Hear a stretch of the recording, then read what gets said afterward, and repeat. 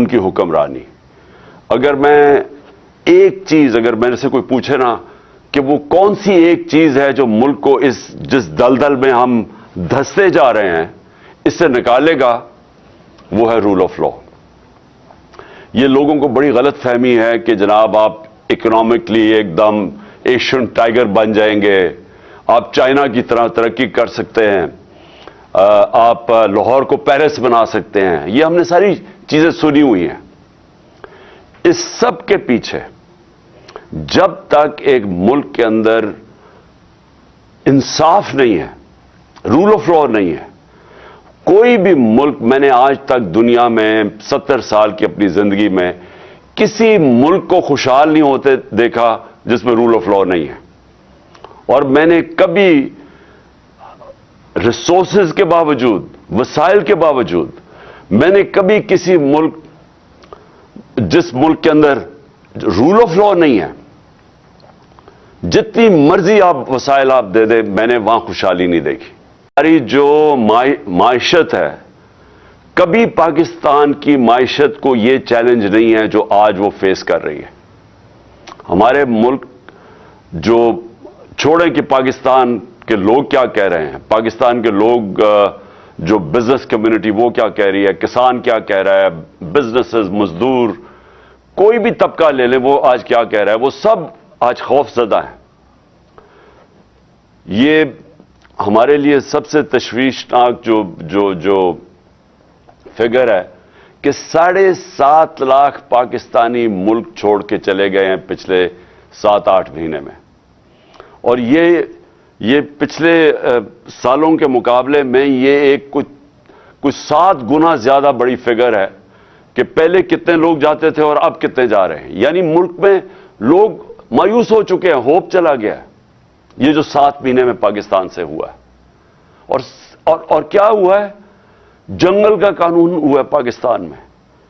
اور میں، کیونکہ ریسپیکٹڈ لائرز بیٹھے ہوئے میرے سامنے، میں آپ سب کے لیے یہ کہنا چاہتا ہوں کہ یہ آپ کی سب سے بڑی ذمہ داری ہے آج، کیونکہ رول آف لا کو آپ ہولڈ کرتا ہے پاکستان کی لیگل کمیونٹی، جوڈیشری اور وکیل. صرف آپ ایک چیز دیکھ لیں کہ جس طرح وہ لوگ جن کے اوپر پرانے کیسز کرپشن کے بنے ہوئے تھے، ہمارے دور کے نہیں بنے ہوئے تھے کیسز. ہمارے دور میں تو صرف ایک ٹی کیس تھا شہباز شریف کے اوپر، اور ایک FIA میں جو اس نے نوکروں کے نام پہ ان کو اور ان کے بچوں نے 16 ارب روپے کے نوکروں کے نام پہ پیسے لیے تھے اور وہ پھر ہضم کر لیے تھے. اور وہ جو ٹی کا کیس ہے کہ جدھر یہ پیسے جمع کرتے تھے اور ماڈل ٹاؤن سے پھر پولیس اسکورٹ میں وہ گاڑی کو لائے، وہ حوالہ ہنڈی پہنچایا جاتا تھا، ادھر سے پیسے باہر بھیج دیے جاتے تھے. اور جب باہر سے منگواتے تھے تو یہ وہ لوگ، کبھی چینی والا تو کوئی پاپڑ والا، اور اس طرح کے لوگوں کے نام پہ پیسے واپس لے کے آئے، اور وہ جب ضرورت پڑے باقی پیسہ باہر رکھتے تھے. وہی آصف زرداری کا میں نے ایسا نہیں دیکھا. یہ تو میں شاید بنانا ریپبلکس میں بھی ایسا نہ ہوتا. یہ تو کوئی مغربی جمہوریت کے اندر کوئی تصور بھی نہیں کر سکتا کہ پبلک کے پیسے چوری کرنے والوں کو پہلے آپ ایک سازش کے تحت ملک کے اوپر مسلط کریں، ان کے کیسز نہ ہونے دیں. یہ بھی میں کہوں، ہمارے دور میں پوری کوشش کرتا رہا، میں نے پوری کوشش کی کہ ان کے پورے کیسز میچور تھے.